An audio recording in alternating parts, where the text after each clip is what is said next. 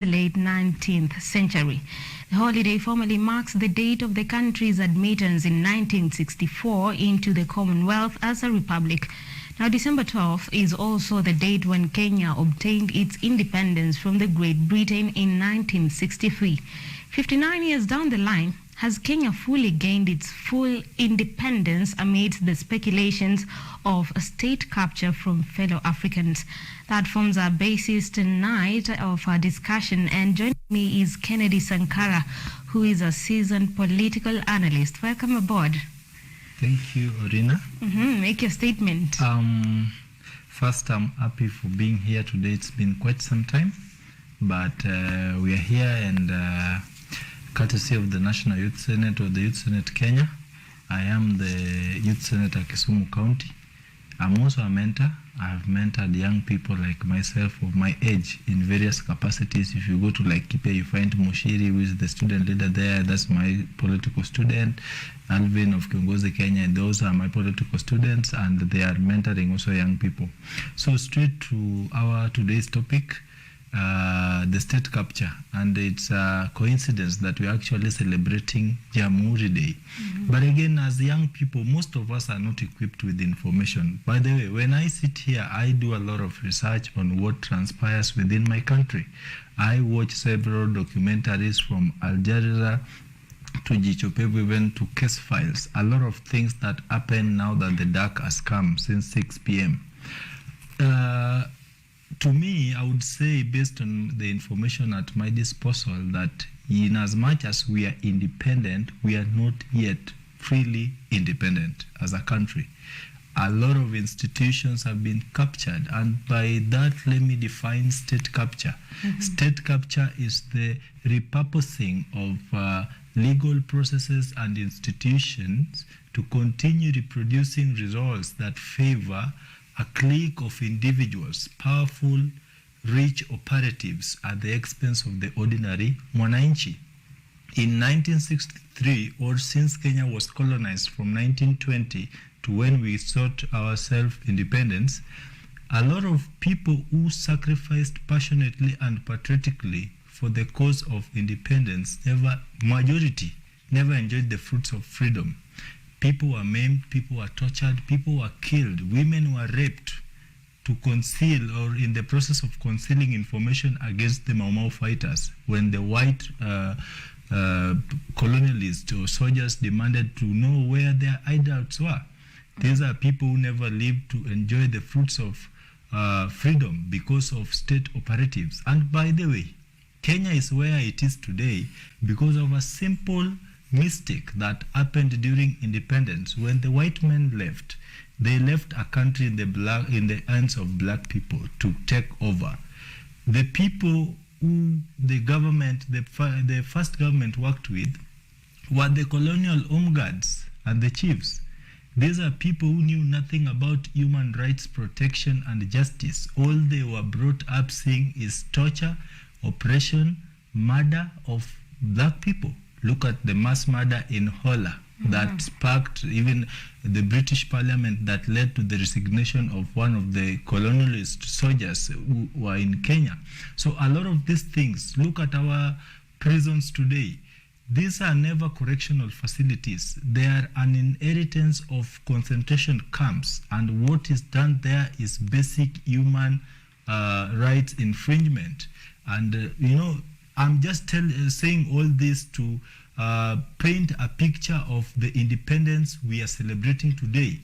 We just copy-pasted, lifted directly from what the white man left into a black perspective. There is no much big difference. So by mentioning state capture, and here I am a young person, the majority of victims of state capture are young people. When you lack inclusion of young people in various government institutions or structures of governance, that is state capture. When medicine is released by the national government and it ends up in the pockets of individuals as opposed to public health facilities. That is state capture. When education, the exams are being released, or people get information prior to what is released to the general students to sit, others get upper hand information, and still that is state capture. It is favoring a section of a few individuals at the expense of the majority. I mean, and when you are told to maybe look at state capture, and signs of state captures are very clear. The law enforcement is usually partisan and in the hands of, or in the pockets and hands of politicians. They are manipulated, and that's why when the leaders act blind-headed for the corruption in the police service, it automatically justifies that indeed state capture is beneficial to a few. That corruption they are fearing to speak about or intentionally avoiding is their favor. I mean, it favors them. It is their source of income. Sankara, if I could interlude you there at that point, you've mentioned about the government favoring a few people, like the corrupt personnel in the government. Are we looking at selective justice, where now the judiciary seems to be going soft on individuals who are allied to the current government? Orina, when I was actually giving you this description, I was trying to create an environment where state capture thrives. And just as I said, law enforcement is partisan in the pockets of politicians. Civic space is affiliated, and you find free elections are bungled, and the most violent and the most corrupt emerge the victorious. The electoral bodies are manipulated and twisted to favor a section of individuals in the political race. When the judiciary, fighting corruption or lack of efficient fight on corruption in Kenya is a justification of state capture. When we have the law enforcement, which has been weakened, and there's the courts or the judicial wheels are actually ungreased, they are moving so slow. Fighting corruption requires effective and active police service. It also requires an independent, accountable, and professional judiciary. It also requires a professional Office of Director of the Public Prosecutions, and that is where we draw the line. In the recent past, we saw the DPP withdraw various cases where huge sums of public funds had been siphoned under unclear circumstances. That is a clear justification of state capture. But then, Sankara, these government officials go around talking about what they are doing to tackle this issue of corruption. If state capture indeed benefits the elite, then why are they going around to fight the same vice? Why do you feel or find out that emblematic corruption cases are never solved to the finality in this country? Resolving these corruption cases is actually putting to an end that systematic bargaining of political power by the elites. These are a group of people who know each other. The cases are there, the evidences. It is a wide range of interference, from the arrest. Arresting someone and taking them to a police station do not justify the intention of prosecuting the case to finality. Those are two different things. Either way, the state capture operatives do so to keep it live in the public domain that an active case pursuing a corruption scandal is actually ongoing. Another thing is to show the international world that indeed Kenya abhors corruption. But in real sense, these things never go settled. Look at the case of the MP, Honorable Waluke. By Waluke standing before the president and saying Mr. President, my colleagues had cases and they were dropped, and even mine nishughulikie. That is impunity of the highest order. Real-time state capture. The president is not a judge in either of our court system. He is merely a president. The government has got three arms: the executive, the legislature, and the judiciary. The moment the judiciary is gonna act as a subservient arm of the executive, then you find or you get to know what actually state capture is. So a lot of things, these corruption cases, they have more than meets the eye. They are never settled. Mm-hmm.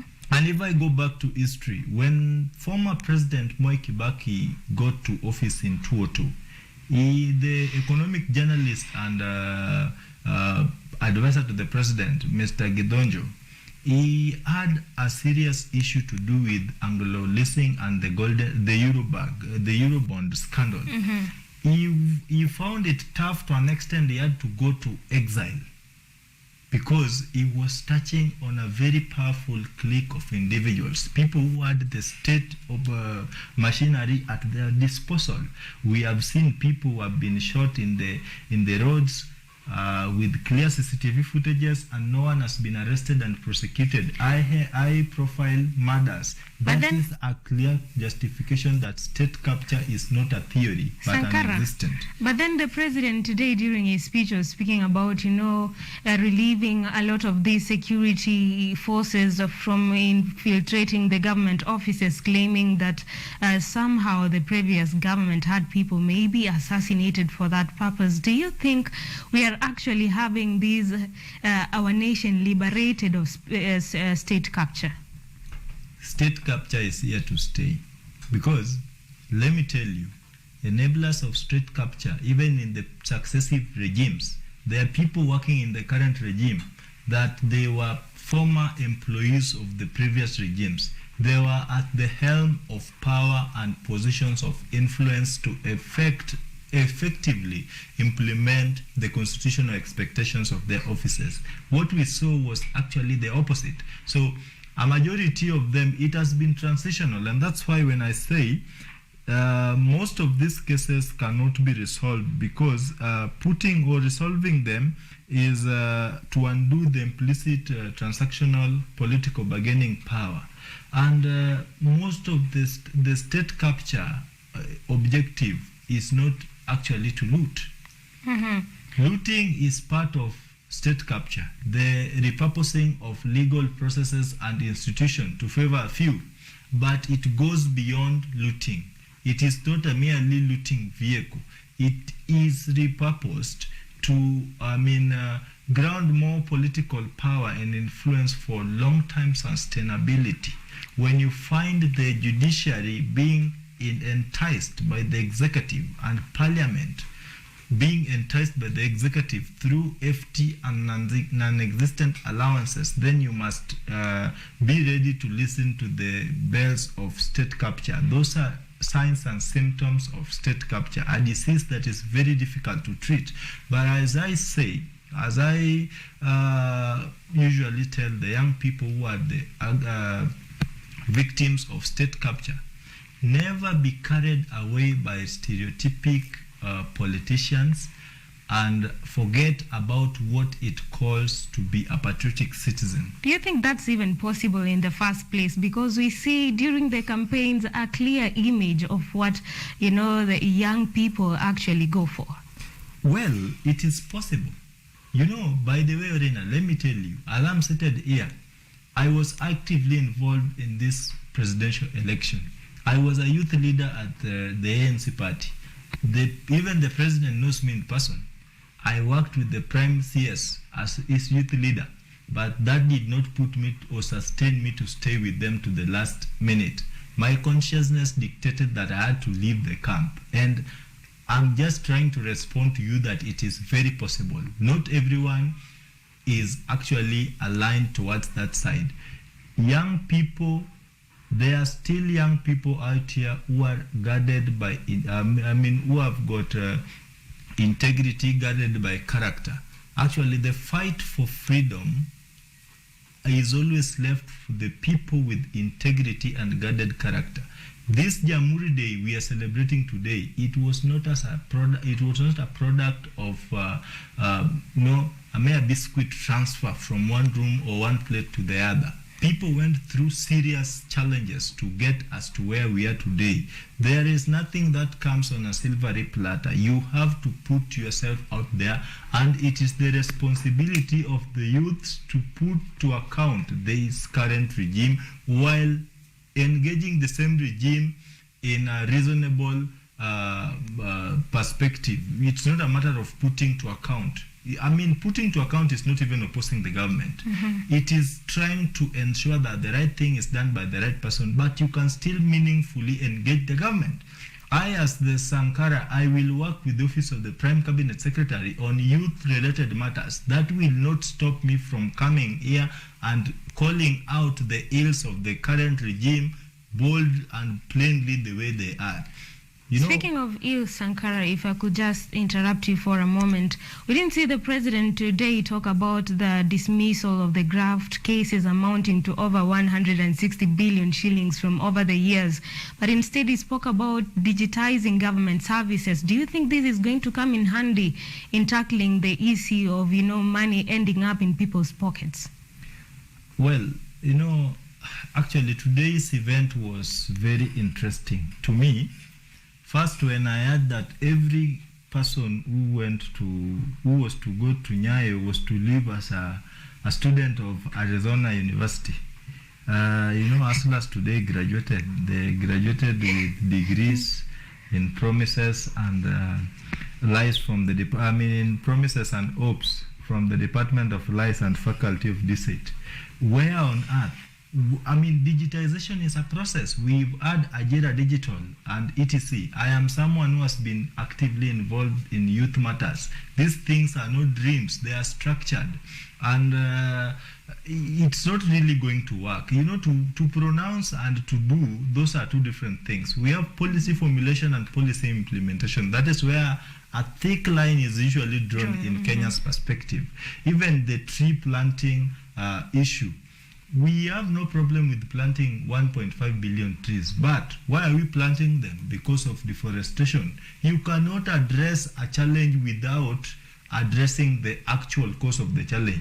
When there is scramble for firewood, that automatically depicts the lifestyle of the people of Kenya. They are still living an hand-to-mouth economy. These are people who cannot afford even a cooking gas or an alternative kerosene, which is also not safe for environmental conservation. You are not lowering the cost of cooking gas, and instead you are talking of planting trees. It is still, it's like telling a cow to eat and excrete. How then are we going to achieve this low cost of living? It is a process. The cost of living, and by the way, the president has found it very tough to lower the cost of living. Campaigning on top of roof cars and working in office, those are two different things. And he has actually acknowledged. The other day, he just said, we said a lot of things during campaigns, but when he was apologizing to the Kotu boss, lowering the cost of living is actually a process. It is not an event. It's a long-term process that involves the nitty-gritties. When you want to lower the cost of living, you must go for the basics. The unga. He said the unga will be 70 shillings. Still at 200 shillings, Now it is 200 or what? Something of the sort. Yes. Much more than what is there. The fuel price, the moment the fuel is hiked, everything goes up because these processes relies on logistics and transportation. Is that to say the subsidization of fertilizer is not going to work because we are looking at the element of cost prices of fuel? People are angry and you are subsidizing fertilizer instead of subsidizing unga. Are we okay? Are we okay? Who is advising the president? Next week, I will have to look for the Prime CS to tell him and give him a note to take to the president so that he is advised well. You are going to subsidize fertilizer, which is going to take approximately 6 months to produce crops, and people are dying of hunger already. You are creating pay bills. So who is not who? Who is not fooling who? I mean, maybe I'm not understanding what it means to work from bottom up, but you cannot, the prioritization of government projects is actually what we call state capture. State capture is when you are subsidizing fertilizer and not subsidizing basic commodities which people consume on a daily basis. That is fuel, that is unga, that is sugar. You are basically avoiding this and going for fertilizer. Who consumes fertilizer directly? When an event that we are trying to address an urgent challenge, you are now taking fertilizer to Samburu. That is what the president is trying to say, because farming is not a preserve for a specific group of people in Kenya. Everyone can farm. Now people are dying in West Pokot because of hunger. You land there in a government vehicle full of fertilizer. Is that not state capture? Well, you said it. I couldn't say more. Even as we near the juncture of this conversation, talk to us about the constitutional amendment dilemma that was put across by the Siaya Governor James Orengo yesterday. When the current president was the former deputy president, during the BBI, which I never supported either, and I'm not apologizing to anyone for not doing that. It was within my constitutional confines that I opposed BBI. He said a president cannot initiate a constitutional amendment process. The president went ahead and said the process must be pro-people. Mm-hmm. He again emphasized that the process must come from the people. When the president writes to the two house speakers or the majority leaders to pass a bill to create an office of the opposition leader, what is he actually trying to say? You know, double speaking in this country actually, since independence, 59 years since we got independence, you can lie to some of the people some of the time, and some of the time some of the people, but not all the people all the time. We are actually bright souls. We know these things. We can comprehend. The president cannot initiate. The opposition should just reject it ab initio, because that is doublespeak. Actually, we've seen the president implementing BBI in a very different version. Mm-hmm. He created the office of the Prime CS, which is actually, to me, that is a ghost worker. It is not in the constitution. He also went ahead to put the opposition leaders in an attempt to twist the independent functionality of parliament. That is state capture. What is the rush with parliament? What is the rush with judiciary and the funds and everything, the appointments?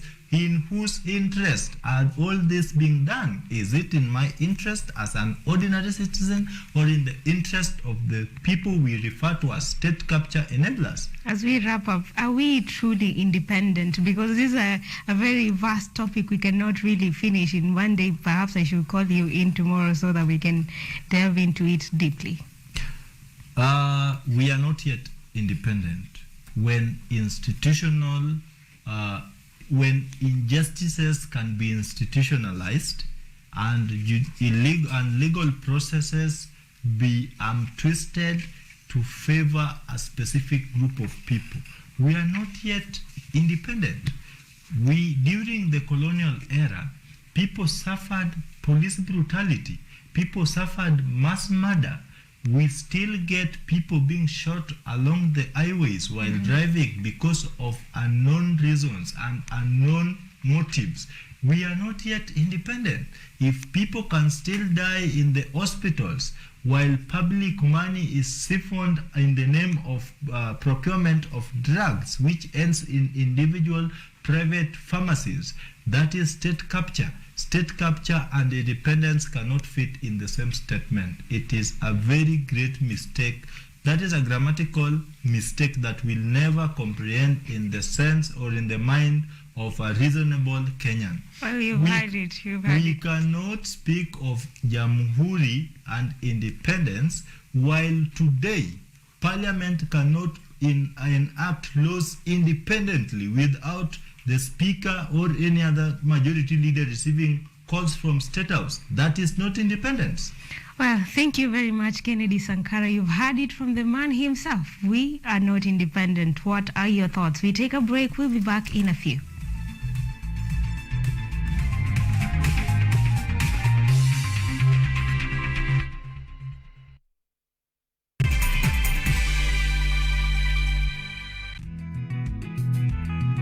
Sasa ni bora zaidi.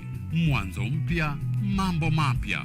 Msimu mwingine wa Boresha Kilimo unakuletea teknolojia ibuka, kilimo mseto, uongezaji thamani.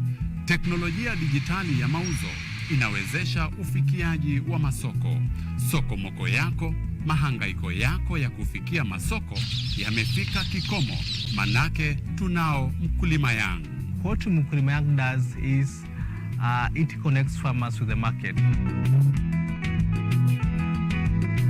Hii ni Boresha Kilimo kwa ushirikiano na Mkulima Yangu. Atafutaye hachoki na kichoka kesha pata. Kwa makala maalum ya kilimo, ungana nasi kila Jumamosi saa 6:30 kwenye kipindi ukipendacho Boresha Kilimo.